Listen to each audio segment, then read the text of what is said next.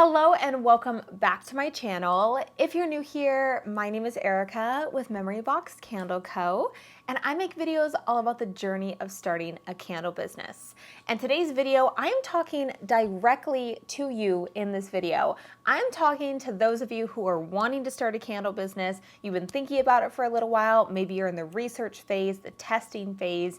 Maybe you have a plan to launch your candle business.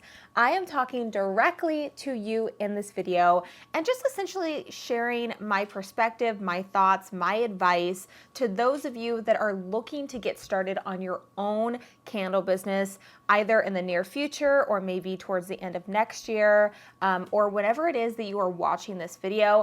I just kind of wanted to give you some helpful tips, so let's go ahead and get right into it. Oh wait, I do have an announcement to make in this video before I jump into everything else. So a week from today, Monday, November 21st, 9 a.m., I will be opening up my Mastering Shipping course that I have been working on for months now, and I'm so excited to have it released and open for enrollment. I know I've had a lot of you on the wait list, but if you haven't already jumped onto the wait list, you can do so by going to ericamarieMorris.com/waitlist, and I will also have a pinned comment in the comment section below. This course just goes over everything from A to Z, everything that you would need to possibly know to feel confident shipping out your candles for your candle business. So stay tuned for all of that, and I'm so excited for that to drop a week from now. So if you're looking to get started on your own candle business, I think the first thing that you should be asking yourself is basically just trying to figure out, what are your intentions with this candle business? So where are you looking to take it? What are your long-term goals? And this doesn't mean that you have to have some elaborate plan or business plan or anything like that written up, which, I mean, you definitely can. I do think that writing a business plan is really important, and it kind of gives you those steps to take and gives you kind of that path to go along in order to reach your goals. And I feel like I should have done that in the beginning. But more or less in the beginning, I think that the most important thing is just figuring out, what are your long-term goals? So where exactly are you looking to take this candle business?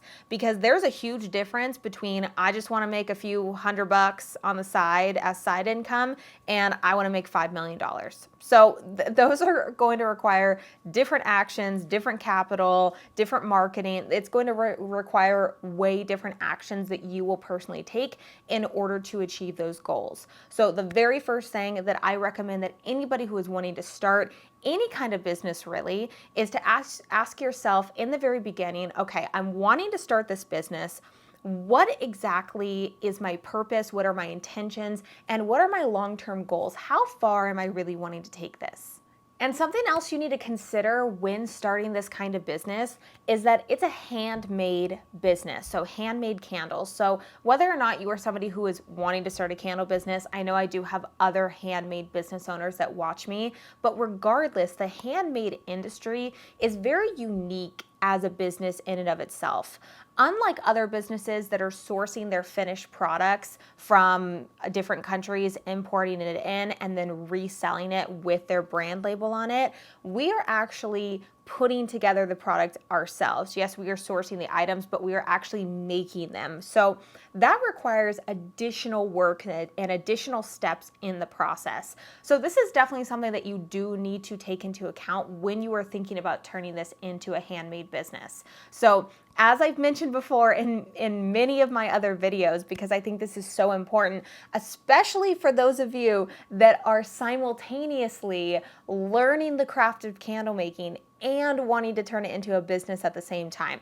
You have to make sure that you enjoy the process. You have to make sure that you love making candles. And yes, there are many times where you will get to a point and you're like, oh my gosh, I have to pour 50 candles and I just do not want to do that. But if you can get to the point where, out of anything else, if you could be making something else and you really enjoy doing that out of anything else, I mean, I feel like that's probably the best way to describe it, is if it's something that you know that you can at least tolerate for long periods of time. And even if you take a little break from it and you come back to it and you really enjoy it, that really will let you know if it's something that you really do enjoy and something that you should pursue as a business. Again, because the handmade aspect really needs to be at the forefront of your mind.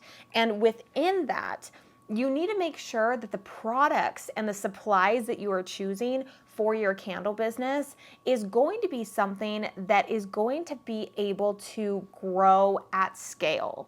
So for instance, I know that a lot of times when people are working with certain kinds of waxes, they need to do special techniques or pouring in cardboard boxes or having it be at a certain temperature or having to do all these different things. You have to be thinking about, okay, if I can do this making, let's say, 3 to 5 candles at a time, it works well. What if I need to make 300 to 500 candles at a time? Is this going to be able to grow my process, my making process? Can this be able to be replicated and scaled the way that I have it right now? And of course, this doesn't mean that if you make candles this way that you're not able to grow your business at all. But I'm just kind of putting it out there that you do need to think long term of the way that you are pouring and making your candles and asking yourself, okay, if I needed to, let's say, take whatever I'm making and multiply it by 10, 20, 30, 40, how would that process look? And would this be something that would be able to be more efficient, or would it take up more time and cause me to work harder or put more hours into it? Or at any given point, if you do hire an employee and you have to pay them for their time, is the process that I'm doing right now, is that going to eventually cost me more money in the long run because of how much time it's going to take the employee to actually make the products? And another note about the handmade aspect of your items, because I don't want you to think that this is all a negative thing, that it's a negative thing that you are hand making your items and it's just going to take you so much time and it's not worth it because of that. I definitely don't think that at all. But it's definitely something to think about and consider as you are pondering the idea of starting a candle business, or if you really just want to know the realistic side of starting a candle business. But let me tell you something when it comes to the handmade business. Unlike importing candles that are already made from another country or importing another product and then reselling it, we definitely have positives and negatives when it comes to that. So, of course, the negative side of having a handmade candle business is that you definitely have to spend more time on actually creating the product. And of course, that will add up the labor cost and probably bump up the price of your product a little bit, which honestly probably could be more of a positive, if anything, because the handmade aspect to it is a selling point, is kind of a way to express like, hey, I made this with my own 2 hands. I put in so much work, so much time, so much love. The quality control is there. I really spent a lot of time on this product, unlike a mass-produced item, like a mass-produced candle, where that's not a selling point there because it's just hardly anything could be checked over. All you can do is just look at the product and be like, okay, just nothing's chipped, the glass isn't broken, okay, I think it's good. I don't know if that's how they check it, but I could only imagine. Versus when we are going through every single tiny step of the process, we know exactly the wax blend, we know exactly the fragrance oil blend, we know exactly how long ago we purchased those fragrance oils, how fresh they are, the wicks that we're using, the performance of the candle. There's just so much that goes into it, as you probably know, as a candle maker yourself.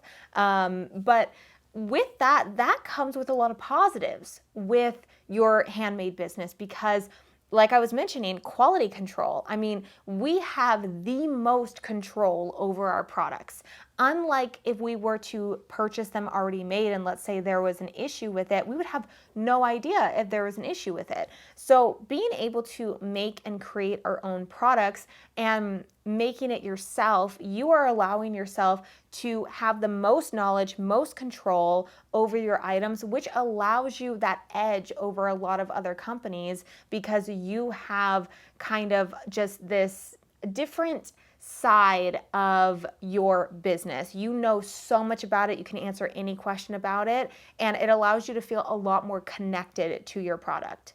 Now, something else that I recommend that you do if you are an aspiring business owner is to do as much market research as you possibly can. figure out different areas in the market, different people that you are going to want to be your ideal customer when you are making your product.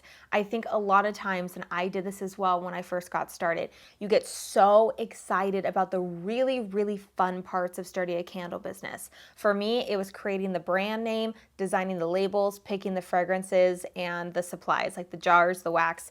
That was the most exciting thing. But when you spend all that time on getting all that together and then you put it out into the marketplace, you are essentially putting it out there and it's just kind of floating along. Unless you've had your customer base and you know exactly who you're going to be selling your candles to. So I think that it's best to figure out, even if you can just narrow it down a little bit with your target market, figure out who your customer is first prior to creating your product. Or if you've already started creating your product, try to find a market around that would be more than likely your target customer for the product that you've already created. And to be honest, I could talk all day to aspiring business owners. It is one of my favorite topics to talk about because as somebody who is, well, almost in business for 3 years now, March will be 3 years. But as somebody who has gone through a lot of different ups and downs, challenges, I've learned so much along the way and so much more about business just within the past like 6 months to a year than I ever have in my last 7 years of all the business ventures that I was ever on. Something just kind of clicked with me with a lot of things, specifically when it comes to marketing and just trying to find different avenues and my thought process when it comes to the candle industry, the candle world, possibilities, all that kind of stuff just kind of changed for me. So I could talk so much more about this, but I'm going to end this video with just kind of 2 pieces of advice for you. And the first one is just make sure that you are happy with your product prior to selling it. There's nothing worse than trying to rush to get your product out just because you want to start selling for a certain season. So if you just recently got the idea to start your candle business, you probably felt some sort of pressure to get your candles out during this time of year because it is kind of that time of year of candles and selling, and it's typically more of that higher revenue quarter of the year. So it's Q4, which is quarter 4. So the last 3 months of the year are typically the most profitable for any business.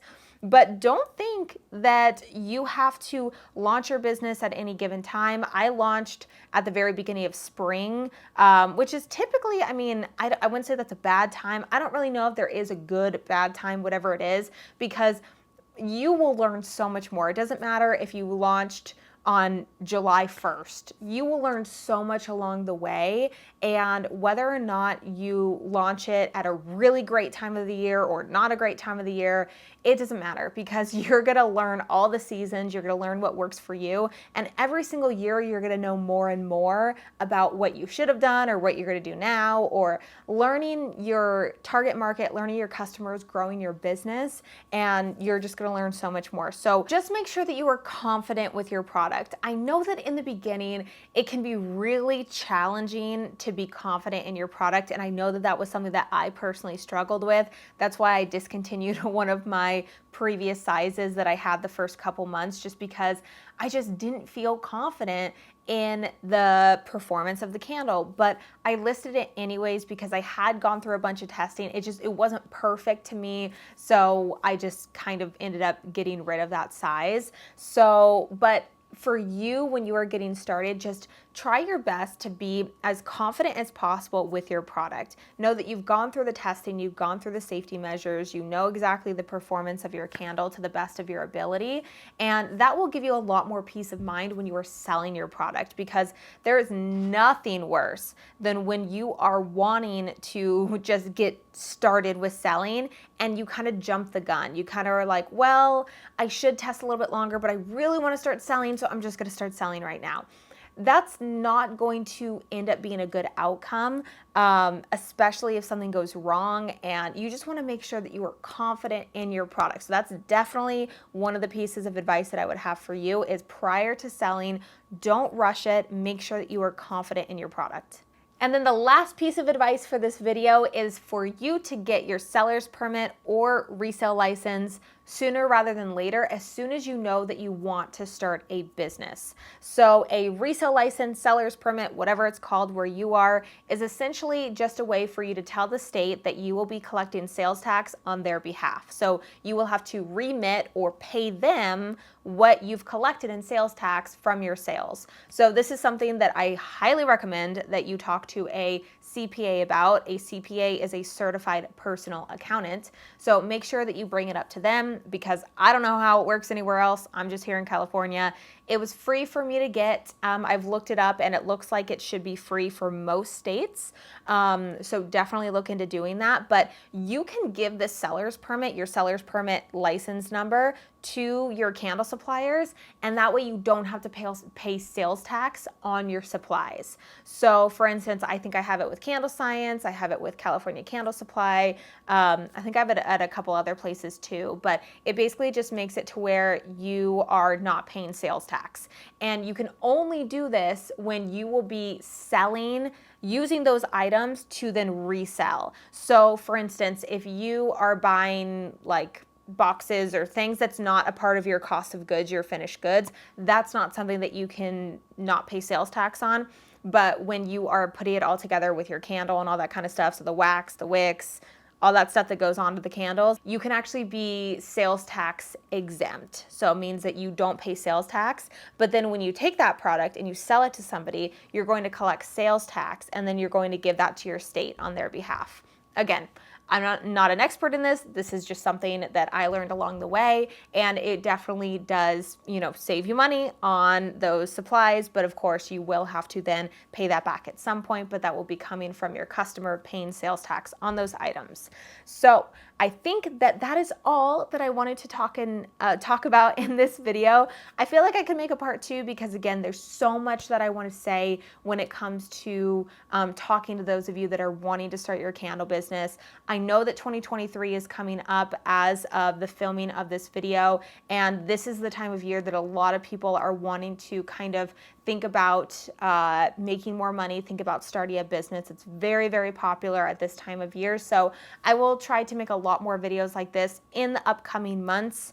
But with that, I think I'm going to end today's video right here. Don't forget to join the Mastering Shipping waitlist if you want to hear exactly when the course is going to be open for enrollment. Again, so excited about that. If you have any questions about today's video, make sure to leave it in the comment section below. Give this video a big thumbs up, as well as subscribe to the channel if you haven't already. Also, don't forget to follow me over on Instagram at Memory Box Candle Co. And I will see you in my next video.